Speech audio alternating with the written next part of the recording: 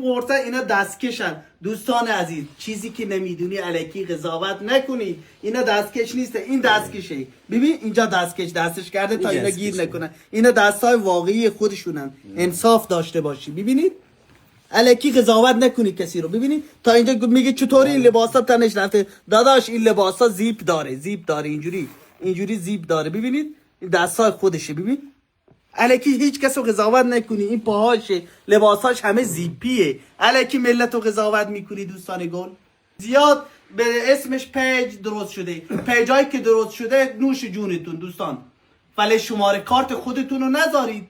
این آقا میگه من پول نیاز ندارم. ممنون از دکتر اعتماد و آقای پرویز پرستویی، کارش حل شده تمام.